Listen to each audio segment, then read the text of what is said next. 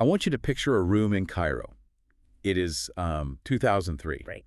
It's an office, high up, away from all the noise of the street. But inside, the silence isn't peaceful at all. It's pressurized. Like the air right before a storm breaks. Exactly. You know that heavy static sensation that just makes the hair on your arms stand up? Yeah. That is the exact atmosphere the police walked into when they breached the door. And it's worth noting, when investigators enter a scene like that in a busy city, they are usually bracing themselves for violence. Yeah. They expect a struggle, maybe a robbery, broken glass, overturned chairs. But there was no broken glass here. Everything was completely in its place. Books perfectly lined up on the shelves, papers organized on the desk, and sitting behind that desk was a man. Al-Sayyid al-Husayni. Right. And to a casual observer, he might have looked like he was just taking a nap in his chair. But as the officers got closer, the illusion just completely shattered. The police report on this is incredibly vivid. It was not the posture of sleep. No, not at all. His body was rigid, bored stiff. His skin had turned this deep, suffocated blue, almost purple in places. Wow. But it was his face that made seasoned detectives actually physically step back. His eyes were bulging out of their sockets, staring fixedly at a specific corner of the ceiling. And his mouth was locked wide open in a silent, frozen scream. It's just a tableau of absolute terror. The medical examiner noted that his facial muscles were locked in a state of cadaveric spasm, which means he didn't just die. He died seeing something that terrified him to his absolute core. And this brings us to the actual hook of today's deep dive. Because Al-Sayyid al-Husayni wasn't a man who scared easily. He was usually the one doing the scaring. Exactly. Across the Arab world, he was known as a servant of the jinn, a master sorcerer. This was a man who claimed to have spent 40 years commanding demons, speaking to the dead, and basically manipulating the invisible world. Which frames the central mystery of this whole case perfectly. What exactly walks into a room and scares the master of fear to death? So today, we are unpacking the life and the incredibly strange death of al-Husayni. Yeah. We're looking at police reports, witness accounts from a disastrous horror movie set in the 1980s, and an inventory list from his apartment that is, well, it's pure nightmare fuel. It really is. But if you look past the sensationalism of the crime scene, this is fundamentally a story about limits. It's a case study on what happens when a person decides that the rules of nature and the rules of the supernatural just don't apply to them anymore. Yeah, so let's strip away the myth for a second and look at the man himself. Because diving into the research, he didn't start out as this terrifying, shadowy figure. He had a formal education. Right. But it wasn't exactly your standard university degree. No, definitely not. To understand Al-Husayni, you have to go back to Cairo in the 1940s. There was an institution called the Al-Fatu Astronomical Institute. Right, astronomy. Yeah, so if you walked past it on the street, you'd see the sign and think, oh, a place to learn about stars, constellations, planetary orbits. Completely respectable scientific front. 100%. But that was just the cover. Behind closed doors, Al-Fatu was effectively a university for the occult. It was the Hogwarts for black magic in the Middle East. And it was run by a man named Abdel Fattah al-Tokhi. I have his nickname here in the files. The heir of Iblis. Yeah. With Iblis being the theological equivalent of Satan or Lucifer. That is a very heavy title to carry around. And he didn't shy away from it at all. Al-Tokhi was a massive celebrity in the underground. People traveled from South Africa, from the Gulf, from all over North Africa just to study under him. And they weren't there to look through telescopes? No, they were there to learn the actual mechanics of sorcery. And Al-Husayni, he was the star pupil. The valedictorian of the Devil School. Essentially, yeah. The institute was eventually nationalized and shut down in 1961, but by then, Al-Husayni had learned everything. And here's the key distinction for anyone trying to understand this guy. He wasn't some kind of witch doctor hiding in a hut mixing herbs. Right, he was a professional. So he wore sharp suits, he carried a briefcase, he attended international spiritual conferences. That's the part that really stood out to me in the documentation. He treated sorcery like a white-collar career. He was constantly recruiting wealthy clients, consulting for the elite. He essentially commercialized the dark arts. He mainstreamed it. But his specialty, the thing that made him truly infamous, was black magic. And this confidence he built up, this unwavering belief that he was a supreme scholar of the invisible, it led to a massive ego. An ego that triggered a very specific verified incident in 1988. Yes, the movie set. I find this part fascinating because it's not just folklore. We have accounts from crew members who are actually there. So set the scene for us. It's 1988. The famous director Yasin Ismail Yasin is filming a horror movie called Adel Yantakel. Or Adele moves. Right. And the script calls for a seance scene, a spiritual gathering to summon a presence. Now, usually in cinema, you get an actor, you throw some dry ice on the floor, and you have them mumble some nonsense syllables. But the director wants authenticity. He wants absolute realism. So he hires Al-Husayni to come on set. Which honestly feels like hiring a professional hitman to play a hitman in a movie. It's just a little too real. It's very risky. And the director isn't stupid. He knows Al-Husayni's reputation. So he gives him a very specific, strict instruction. He says, I want you to do the motions, I want you to look the part, but do not say the real words. He explicitly tells him to fake the incantations. Exactly. It's a safety protocol. You don't load live ammunition on a movie set. But Al-Husayni, his arrogance just kicks in. Yeah. The cameras start rolling. The lights are on him. And he decides to completely go off script. On camera, he starts reciting the Burhatiya incantation. Right. And for those who might not know, the Burhatiya isn't just your run-of-the-mill spell. In these circles, it's described as an ancient oath. Yeah, I dug into this to understand the gravity of it. Yeah. It's basically the nuclear option of Middle Eastern occultism. That's a great way to put it. It contains 28 names. Some scholars say they are ancient, hidden names of God, while others argue they are the names of powerful demon kings. Wow. But the core belief is that these names are in a language that compels the jinn to obey. It is not a request. It is a spiritual subpoena. No king or jinn can disobey it. And looking at the ritual rules for this, you don't just say this casually.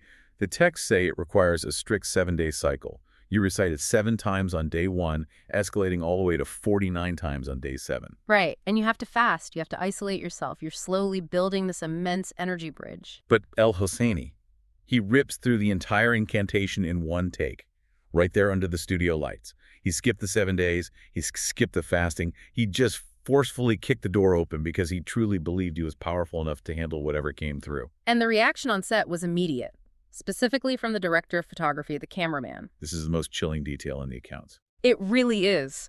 The cameraman starts panicking mid-take. He pulls his eye away from the viewfinder, looks at the physical set, and sees nothing.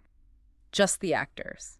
But he puts his eye back to the lens and he starts screaming. Because he's seeing things through the camera that aren't there in the room. Correct. He claimed he could see shapes, shadows, phantoms, basically, swarming around Al-Husayni, converging on him from the dark corners of the soundstage. And the rest of the crew? The rest of the crew just thought, wow, the lighting is really weird today, or man, this guy's a fantastic actor. They had no idea that Al-Husayni had briefly opened a real gateway right in front of them. It perfectly establishes his psychological state, though. He thought he was completely untouchable. He thought, I don't need the 7 days. I can command these entities whenever I want. That is the ultimate hubris. And he got away with it that time. The movie wrapped, he got paid, and he went home. But fast forward 15 years to 2003, and it seems that bill finally came due. So let's go back to the office in 2003. The body is found. The blue face. The screaming mouth. The police treat it as a homicide. Naturally. Of course. You don't see a body locked in a cadaveric spasm and think, oh, he just passed away peacefully in his sleep. And they had a prime suspect almost immediately, his wife, Russia. Yeah, the optics were terrible for her. She was 35 years younger than him. Neighbors had been reporting violent screaming matches that shook the walls. And she had abruptly left the house multiple times in the days leading up to his death. If you're a detective looking at that scene, you are thinking poison. Absolutely. It's clean, it's quiet, it leaves no visible wounds. It fits the domestic dispute profile perfectly. It fits perfectly until the autopsy results actually come back. This is where the police just hit a massive brick wall. They run a full toxicology screen. They test for arsenic, cyanide, heavy metals, obscure plant toxins. Negative on all counts. So they look for natural causes. A massive heart attack. His heart was completely healthy. A stroke. Aneurysm. Some kind of sudden blood clot. The brain was pristine, the vascular system was perfectly fine. Medically speaking, Al-Husayni was a healthy man who just ceased to exist.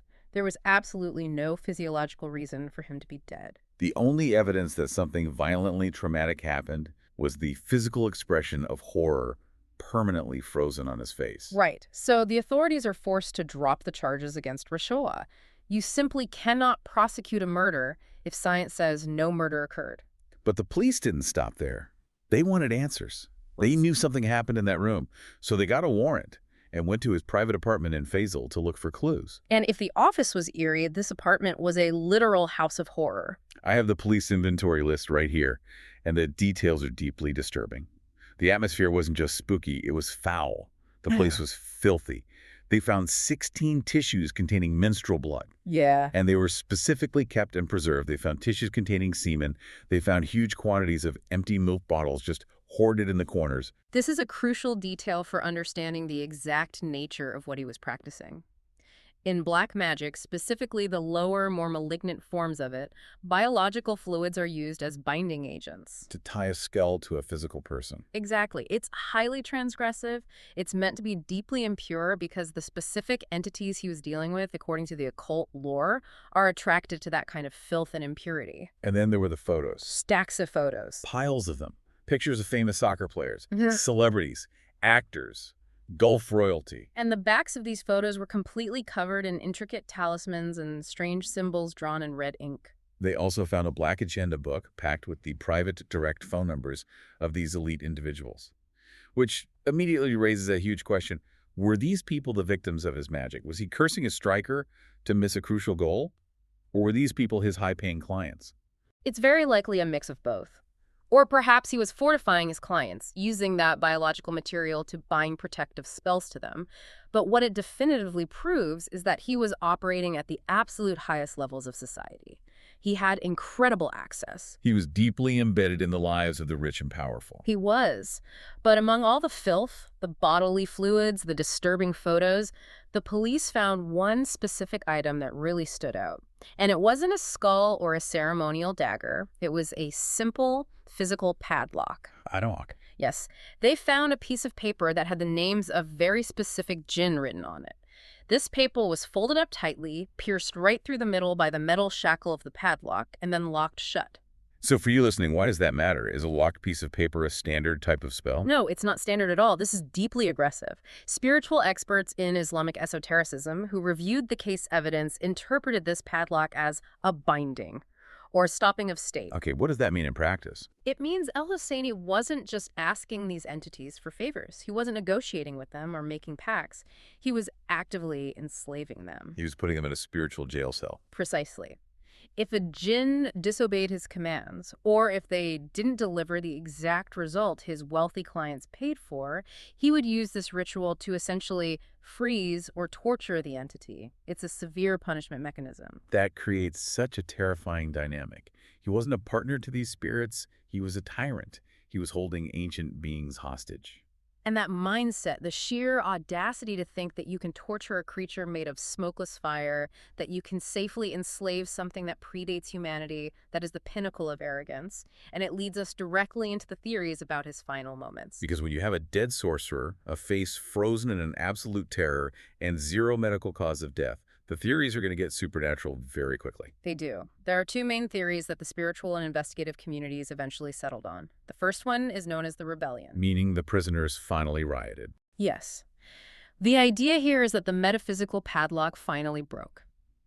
Either he tried to summon a great entity, a demon that was just vastly too powerful for him to control, or the lesser spirits he had been tormenting for decades finally found a loophole in his bindings.